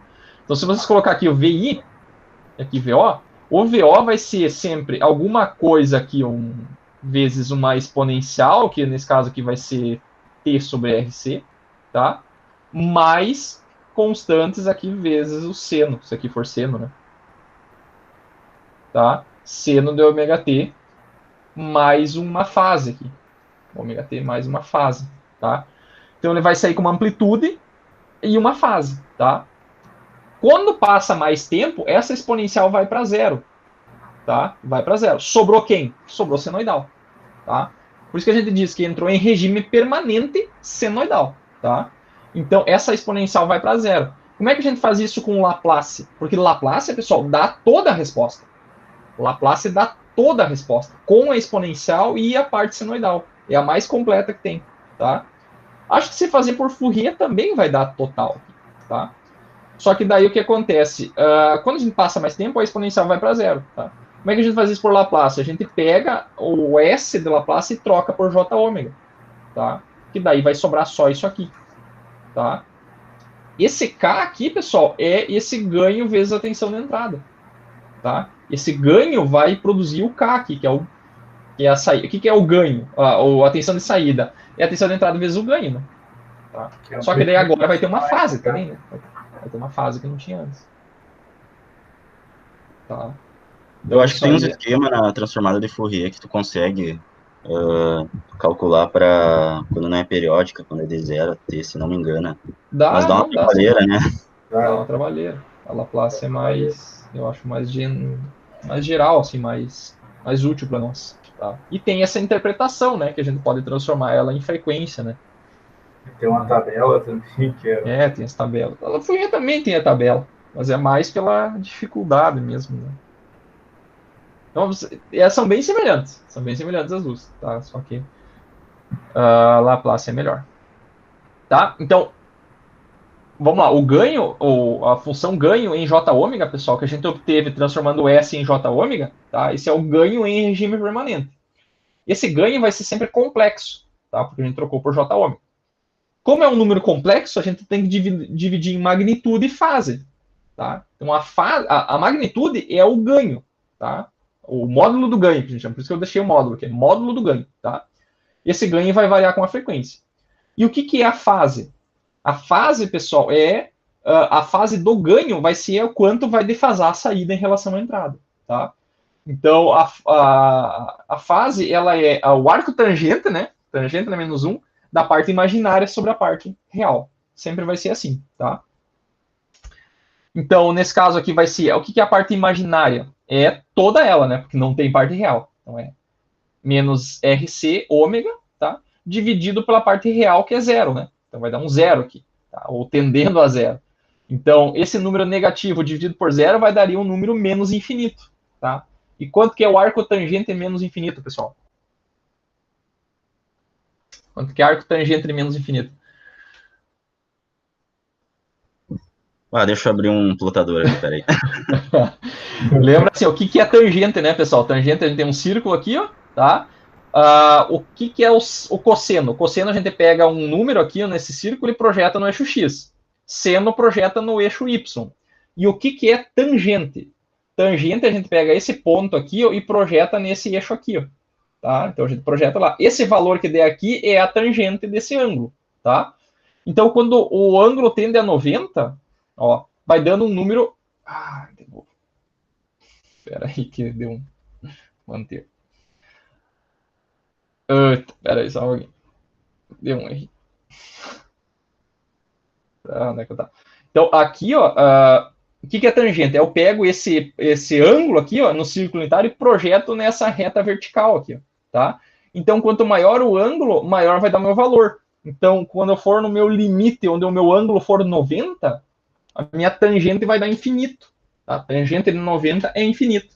Então, nesse caso aqui, é menos, tangente é menos infinito. Então, ela está para baixo aqui. Então, é menos infinito. Tá? É menos 90. Tangente de menos infinito é menos 90. Tá? Então, a defasagem, pessoal, é menos 90, que nem a gente tinha obtido antes no domínio do tempo direto, tá? Só que no domínio do tempo é ruim de trabalhar. Então, a gente trabalhando em Laplace, a gente só tem que fazer um módulo e fase de um número complexo, tá? Então, esse aí é o... chegamos no mesmo diagrama, só que eu acho muito mais fácil fazer assim, tá? Aqui eu botei arco tangente, imaginário, mas a gente, só olhando aqui a gente já vê, né? Isso aqui é um número complexo, né? Número complexo menos J, né? Então ele está aqui, ó, tá? No eixo. Menos J, porque aqui é o eixo dos J, né? Então esse ângulo aqui é menos 90. Fácil de ver. Tá? Então é menos 90 direto. Beleza? Tá, então agora a gente chega no que foi comentado antes ali. O que é o tal do diagrama de Bode, tá, pessoal? O diagrama de Bode é muito útil. Vocês vão ver lá em controle também, tá? O que é o diagrama de Bode? Ele é um gráfico da magnitude da fase do ângulo em função da frequência, só que geralmente expresso numa escala log-log. Tá? Então, o eixo x é log e o eixo y é log. Tá? Log de x, log de y. Tá? Então, como é que a gente faz isso? A gente tem que transformar o ganho para essa escala logarítmica. Tá? Então, a gente pega esse ganho aqui, acha a magnitude e a fase, que nem a gente acabou de obter. Eu não vou obter de novo aqui, porque é a mesma coisa. Tá? E daí, essa escala log, pessoal, a gente usa a escala do eixo da magnitude, a gente expressa ela em decibéis, tá? Em decibéis. Por quê? Porque decibéis é uma escala logarítmica, tá? Como é que é essa escala? Ela é 20 vezes log do módulo, tá? Daí a pergunta, tá, mas é decibéis, por que não é 10 em vez de 20? Por que não é 10? Porque é o seguinte, o que é o módulo do ganho? É VO sobre V1, né? Então, a gente está fazendo o log de uma tensão por uma tensão, tá? Só que, na verdade, o que a gente faz aqui, ó, é, na verdade, o log não da amplitude, mas da energia do sinal, tá? O que é a energia, pessoal? A energia, pessoal, quando vocês viram lá em circuito Zoom, por exemplo, ó, quanto que é a energia num resistor? Energia num resistor, ou a potência num resistor. A energia a gente escrevia assim, ó, R vezes I ao quadrado vezes o tempo.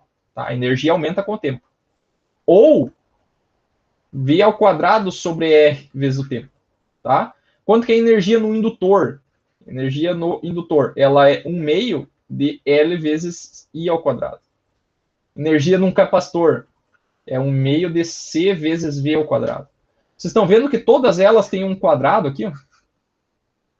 Tá? Energia da matéria lá do Einstein é m vezes c ao quadrado. Tá? A velocidade da luz ao quadrado. Energia, pessoal, é proporcional ao quadrado sempre. Tá? Então, na verdade, quando a gente está fazendo esse log aqui, a gente está fazendo 10 log da energia do sinal de saída sobre a energia do sinal de entrada. É para não dar energia negativa, né? É, também. Mas é que a energia é proporcional ao quadrado sempre. Né? Então, por isso que não dá energia negativa também. Tá? Isso aqui, ó, pessoal, ó, quando eu tenho log de uma variável ao quadrado, eu faço isso aqui, ó, 10 log de VO sobre VI. Isso aqui é o quadrado, tá? O quadrado vem para fora aqui. E quando eu tenho um quadrado log de uma coisa ao quadrado, esse 2 ele vem para frente, tá? E daí fica 20. Tá? Por isso que é 20 aqui, tá? Porque a gente está fazendo a energia do sinal. Beleza? Entendido? Daí que sai o tal do 20, tá? Então, vocês veem que na escala logarítmica, a diferença entre a amplitude e o quadrado é só multiplicar por 2, né? Só apareceu um 2 aqui, porque antes era da amplitude e agora é da energia. Então, é só vezes 2. Tá? Ok, então aqui o que eu vou fazer? Eu vou fazer isso aqui, ó. Vou fazer 20 log do módulo do ganho, que é RC ômega, tá? Então, quanto que é 20 log de RC? Isso aqui a gente pode escrever assim, ó. Isso aqui é o log de um produto, tá? E o que é log de um produto? A gente pode separar ele como log da soma de cada um deles. Então, a gente separa assim, ó. Eu separei esse termo aqui, ó, deste termo aqui, ó. E tem um produto, tá? Então, log do produto é a soma dos logs, tá? Então, isso aqui ficou 20 log de RC, que ficou aqui, ó, e aqui ficou 20 log de ômega, tá? E o que acontece? Essa equação aqui, pessoal, é uma reta, tá? Quando a escala tiver em logaritmo, tá? Então, olha aqui, ó. Em vez de aqui no eixo, pessoal, a gente colocar ômega, a gente vai colocar aqui log de ômega, tá? Então, é como se isso aqui fosse a variável x agora, tá? Então, eu tiro esse log daqui e troco por x. Então, é como se ficasse 20 vezes x mais uma constante aqui, tá? Um x0 aqui, tá? Isso aqui é uma reta, tá? Porque aqui é x agora, ok? Então, isso aqui, pessoal, essa é a chamada, o diagrama, o gráfico da fase, tá? Em logaritmo, tá? Então, aqui está em log e aqui está em log também, porque o dB é log, tá? Então, ficou log, isso aqui dá uma reta. Já era uma reta, né? Mas ficou uma reta de novo, tá? Depois vocês vão ver um caso quando ele não é uma reta e vira uma reta em dB, tá? E daí o que acontece? Como aqui é um log, pessoal, quando esse ganho aqui for 1, tá? Log de 1, isso é tudo log na base 10, tá, pessoal? Log na base 10. Então, log da base 10 de 1, log de 1 é 0. Então, quando o meu ganho aqui for 1, isso aqui vai dar 0. Então, ele cruza o 0 dB quando o meu ganho aqui fica igual a 1, tá? Que isso aqui ficaria igual a 1, né? Então, qual que é a frequência que dá ganho 1? É quando passa do módulo aqui, né? Quando isso aqui for igual a 1.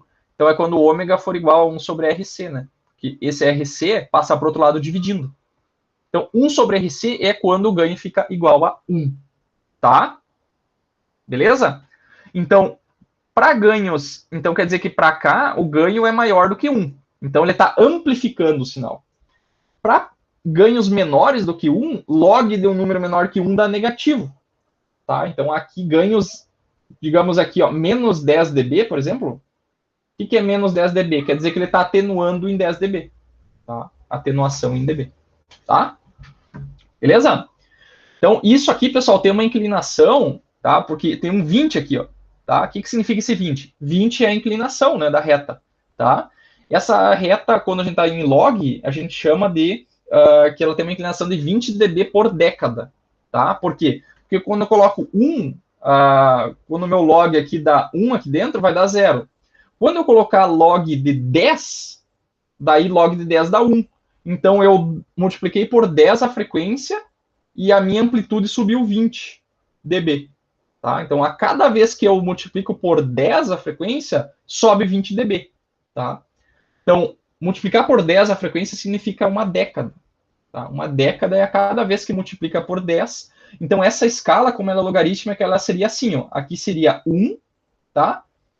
Opa, aqui seria 10, tá? Aqui seria 100, tá? Ela tem espaços iguais, tá? Só que multiplicando por 10 cada vez. Aqui seria 0,1, tá? E nunca chega em 0, né? Porque log de 0 é menos infinito. Então, a próxima escala seria 0,01. Daí a outra seria 0,0001. E nunca chega em 0. E ela se mantém uma reta. Tá? Por isso que essa reta aqui, ó, ela é aberta aqui, ó, ela não toca o eixo. Tá? Isso é o chamado diagrama de Bode. Tá? Então essa aqui é a magnitude. Ficou mais ou menos claro? É bem diferente. Vocês vão ter que fazer uns exercícios disso aqui para tirar bem essa dúvida. Aí. É bem interessante fazer isso aqui em log. Tá? Loucura, né? Loucuragem, total. Um pouquinho. Tá? E daí depois ainda falta a fase, né? A fase aqui, ela não tem log na fase, tá? Então é só o eixo X aqui, o eixo da frequência que está em log. O eixo da fase é graus direto, não precisa aplicar 20 log na fase, tá? Então é 90 graus. Então aqui nessa aqui não muda nada, porque é uma reta, né? Uma reta, se ficar em ômega ou em log de ômega, não muda nada, tá? Beleza? Então tá, esse aí é o nosso diagrama de Bode. É o gráfico em decibéis, mas pode ser fora de decibéis também a gente chama de diagrama de Bode. E mas o normal é em dB, decibéis, e log de ômega, tá? Então é o seguinte, ó, qual que é o problema desse cara? Ó? Como limitar o ganho desse diferenciador quando a minha frequência vai para o infinito, tá? Então, isso é um problema para o diferenciador. quando a minha frequência sobe, o meu ganho vai para o infinito. Como é que eu faço para limitar esse ganho aqui? Eu queria que o ganho subisse até um ponto e ficasse constante, não subisse mais, tá? Não subisse mais. Então tem uma pergunta, como é que faço para limitar o ganho em altas frequências, tá? Existe uma forma de fazer isso, tá? Que é o seguinte, é colocar um resistor aqui, ó, em série com o capacitor, tá? E esse resistor aí, ele vai limitar o ganho de altas frequências, tá? Como é que a gente faz essa análise aí? Mesma coisa de antes. Coloco um resistor, capacitor, resistor, coloco as correntes aqui, ó, no circuito RC aqui da entrada e aqui ó, na saída. Agora a minha impedância do Z1, pessoal, é a série desses dois caras aqui, ó, né? De um resistor mais a do capacitor, que é 1/SC, tá? E aqui na saída é só a resistência. Então, na análise, pessoal, é a mesma coisa de antes, né? É V1 aqui, ó, menos 0, sobre agora essa impedância Z1 aqui, que é a soma dos dois, tá? E daí acho o ganho aqui. Então, a minha tensão de saída vai ser assim agora, ó, tá? Então, o Z2 é RF e o meu Z1 é R1 mais 1/SC, tá? Daí eu vou só botar numa forma mais padrão aqui. Eu vou multiplicar por SC em cima e SC embaixo para ficar nessa forma aqui, ó, tá? Isso aqui é chamado forma padrão, pessoal, tá? Sempre fica 1 aqui, ó, tá? Sempre vai ficar um 1 sozinho na parte de baixo, tá? Essa é a forma padrão, ok? Então, isso aqui, pessoal, é o ganho. Se eu passar o V1 dividindo aqui, ó, isso aqui é o nosso ganho, tá? O ganho em função de S, tá? Vocês estão vendo que apareceu S em cima e S embaixo agora, tá? Então, como é que a gente faria agora para fazer o gráfico do ganho em função da frequência, que é o diagrama de Bode desse cara? Como é que eu faço? Eu vou fazer o quê? Eu vou transformar o S em J ômega, que eu quero analisar em regime permanente, tá? Então, trocando o S por J ômega, vai ficar aqui, ó, no lugar desse S vai ficar J ômega e aqui vai ficar J ômega, tá? E agora eu tenho que analisar a magnitude e o ângulo dessa equaçãozinha aí, tá? Então vamos lá. Então tá ali essa equação, ó, tem essa restrição aqui que depois eu vou comentar por quê, mas por enquanto ignorem ela. Então ali tá o ganho, tá? Que é a função do J ômega, eu quero saber agora a magnitude, tá? Então o que é a magnitude? É 20 log do módulo dessa equação aqui, função do J ômega, tá? Então quando é que é o módulo de um número complexo, tá? Quando eu tenho uma divisão, pessoal, eu pego o módulo do de cima e divido pelo módulo do de baixo, tá? Porque o módulo da divisão é a divisão dos módulos, tá? Não tem problema. Então aqui eu faço o módulo do de cima igual e o módulo do de baixo. Que nem vocês faziam lá em circuitos 2, pessoal. Isso aqui é um número complexo, tá? Só que tem um ômega aqui no meio agora, tá? Mas lá em circuitos 2 também é assim, tá? Então tá, aqui é módulo em cima, módulo embaixo. Como é que eu tiro o módulo do número complexo, tá? É só pegar não sei se eu tinha colocado aqui, ele é como se fosse um triângulo, né? Então vai ser a raiz quadrada da parte real mais a raiz quadrada da parte real mais a raiz quadrada da parte imaginária e tira a raiz, tá? Então fica assim, ó. Aqui em cima só tem número imaginário, então o comprimento dessa parte é só isso aqui, ó. Então fica ômega RC. E o de baixo aqui é um triângulo, né, pessoal? Ele é assim, ó. Aqui é 1 e aqui é ômega R1C, tá? Então, quanto que é esse cara aqui? É um Pitágoras aqui, né? É 1 ao quadrado mais ômega RC ao quadrado, tá? Que fica essa parte aqui. É um Pitágoras. Isso aqui vocês já viram lá em circuitos 2, né? Já viram, né? Então, seguindo. Já Sim. viram, né, em circuitos 2, né? Tá. Sabem fazer isso aqui, né? Isso aqui é tranquilo. Beleza. Tá, beleza. Então tá, isso aqui é o módulo, tá? Então, na verdade, o gráfico desse base é 20 log desse número aqui. Tá? 20 log desse cara aqui. Como é que eu faço log disso aqui, pessoal? Já maluquice essa equação aqui, né? Só que vocês vão ver que é bem fácil de analisar ela, tá? Isso aqui vocês sempre vão fazer o seguinte, vocês vão olhar pro denominador dela, tá? E daí vocês vão separar isso aqui em duas partes, tá? Bem simples. Primeiro, para ômega, vocês vão olhar o ômega aqui, ó. O que tem multiplicando ele? Tem R1C1, R1C, tá? E vocês vão fazer o seguinte, para C muito menor do que R1C, tá? ômega muito menor que R1C. Se você jogar aqui dentro, vai dar o quê? Aqui, ó, se ômega é muito menor multiplicando por R1C, isso aqui vai dar quase zero aqui. Tá? Então vai ficar 1 aqui. Ó. Então, no final das contas, vai ficar o quê? 20 log disso aqui. Ó. Essa parte de baixo vai valer 1. Tá? Então vai ficar 20 log de ômega, eu separei, em 20 log de RFC. Então, se vocês olharem isso aqui, pessoal, isso aqui é uma reta de novo. É 20 log, tá? Isso aqui vira a nossa nova variável, pode ser um x aqui. Ó. Então, fica 20 vezes x mais uma constante aqui, mais um x0. Isso aqui é uma reta, tá? É a mesma reta de antes, não mudou nada, tá? E para ômega muito maior do que R1C, isso aí é o quê? Ela é, eu vou colocar isso aqui, ó, muito maior do que, ômega muito maior que R1C, então isso aqui ao quadrado é muito maior que 1. Então eu posso tirar o 1 daqui. Então fica assim, ó, tá? O 1 lá sumiu, porque esse cara é muito maior. E daí aqui eu estou tirando a raiz quadrada de um número ao quadrado. Então corta esse cara aqui, eu corto a raiz, corta esse ômega com esse ômega, corta esse capacitor com esse capacitor, sobra quem? 20 log de RF sobre R1. Tá? E esse ganho, pessoal, vocês vão ver que a parte. Então, quando o meu ômega é grande, esse meu ganho satura num valor máximo, tá? Que é 20 log de RF sobre R1. Isso aqui eu chamo de ganho máximo, tá?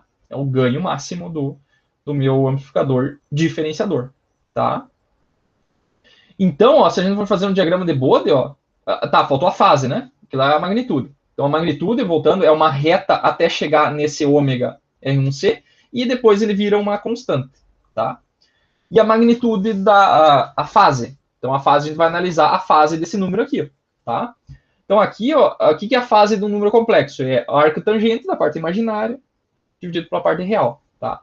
Como tem dois números, a gente pega e faz o ângulo do numerador menos o denominador, né? Como se a gente estivesse fazendo aqueles cálculos com números complexos lá dos circuitos 2, tá? Então, aqui vai ser o ângulo do de cima menos o ângulo do de baixo, tá? O que é o ângulo do de cima? É um número vezes menos j, tá? Então, o ângulo é fixo, é menos j, que é menos 90. Então, é menos 90. E aqui tem um número complexo, ó, que tem parte real e imaginária. Então, é o arco tangente da parte imaginária dividido pela parte real. Ômega R1C, tá? Então, esse aqui é o gráfico que a gente tem que fazer. Tá? Então, é arco tangente de um número. Como é que a gente plota isso? Meu Deus. Mesma coisa de antes. A gente vai olhar aqui, ó. Tem um RC. Quando o ômega for muito menor do que R1C, então esse produto vai dar zero. Então, o arco tangente de zero é zero. Uma fase é menos 90 para frequências baixas. Para frequências altas, ômega maior que R1C, vai dar o quê? Esse número vai dar um número infinito aqui dentro, tá? Então, arco tangente de infinito vai dar 90, com esse sinal na frente vai dar menos 90, que vai dar menos 180, tá? Viram? A gente separou por partes. Quando ele está trocando aqui, ele tem uma certa inclinação ali, que vai trocar de menos 90 para menos 180, tá? Então, ó, como é que ficou? Para magnitude, para ômega pequeno, é uma reta. Para ômega grande, é uma constante, tá? E para a fase, para ômega pequeno, é menos 90 e para ômega grande é menos 180, tá? Então, vamos plotar isso aí. Ó. Então, a magnitude ficou assim, ó. No início, ela é uma reta, tá? É uma reta, então ela está subindo. Quando chegou numa frequência tal lá, o ganho fica constante, tá? E não aumenta mais o ganho, tá? E daí tem aqui um ponto, né? Em qual frequência que ele para de ser constante? É quando chegar nessa frequência do R1C1 aqui, que é isso aqui, ó. Tá? Quando chegar nessa frequência, o ganho vai trocar. Claro que ele não troca abruptamente, pessoal. Ele faz isso aqui, ó. Tá? Ele troca assim. Ó. Ele é suave, tá? Essa troca, tá? Ele é suave. Vocês vão ver isso em outras disciplinas. Isso aqui, pessoal, a gente chama de assíndotas, essas em preto aqui. São as assíndotas. Que são só as aproximações, tá? E daí tem que perguntar assim, e essa frequência onde ele cruza o zero aqui, ó, tá? A frequência onde ele cruza o zero é quando essa frequência, essa equação da reta for igual a zero. Então eu só igualei, ó, essa equação aqui a 0 dB, tá? Então isso aqui igual a zero, passou para o outro lado, vai dar log igual a menos 20, corta os menos 20 aqui, ó. Esse menos vai para cima, né, porque é um expoente negativo, tá? Eleva na 10 aqui, ó, corta os logs. e o ômega dá 1 sobre RCF, que é a frequência aqui frequência de ganho unitário, que a gente chama, né? Quando ele cruza o 0 dB, é ganho 1, tá? E a fase, o que acontece? Para frequências pequenas, ela é menos 90. E para frequências grandes, ela é menos 180. E aqui no meio ela troca, tá? Ela troca, e daí bem no ponto central aqui, quando ela está trocando, está na metade, menos 135. Tá? Na prática também, ela é suave, essa troca aqui, né? Ela não é reta, tá? Pergunta, quanto tempo antes ela começa a trocar? 10, se aqui for 1 kHz, é 10 vezes menos. Então, em 100 Hz ela começa a trocar. E depois, 10 vezes maior, ele começa a trocar de novo. Tá? Beleza? Que loucura isso aí, né? Estamos meio atrasados no tempo. Doideira. Doideira. Tá? Mas vocês vão fazer também esse gráfico, é bem tranquilo de fazer. Tá? Então, assim, só algumas análises, conclusões, que é o seguinte. Agora, isso aqui é o importante, pessoal. Só, se vocês entenderem só esse slide aqui, eu já estou faceiro, tá? É o seguinte. Então, nós estamos analisando esse circuito aqui, tá?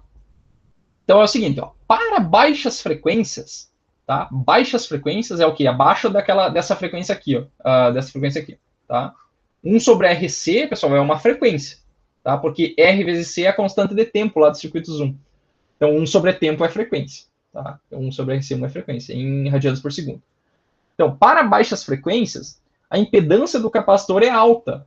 Por quê? Porque a impedância do capacitor é 1 sobre o ômega C.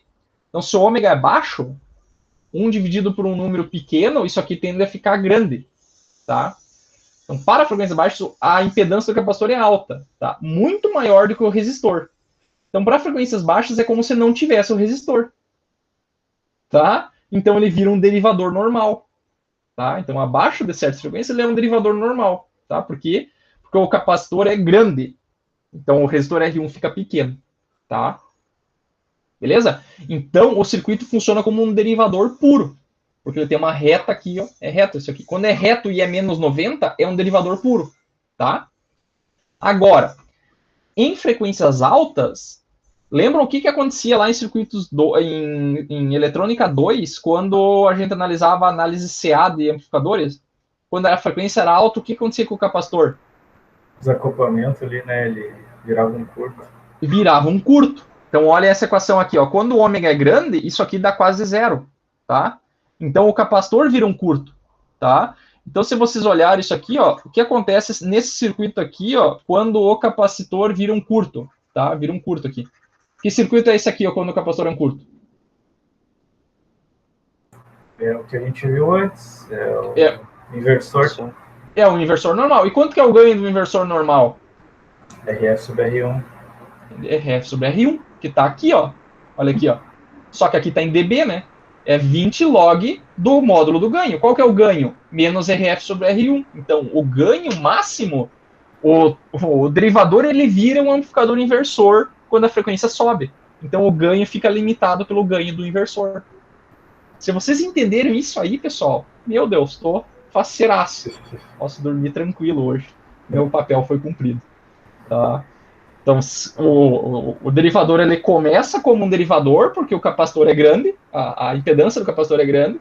Depois, a impedância do capacitor começa a diminuir e vai para zero, quase zero. Ele vira um curto.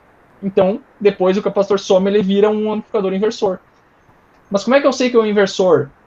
Olha, o ganho aqui está um valor que é RF sobre R1, e olha a fase. Quanto que está a fase?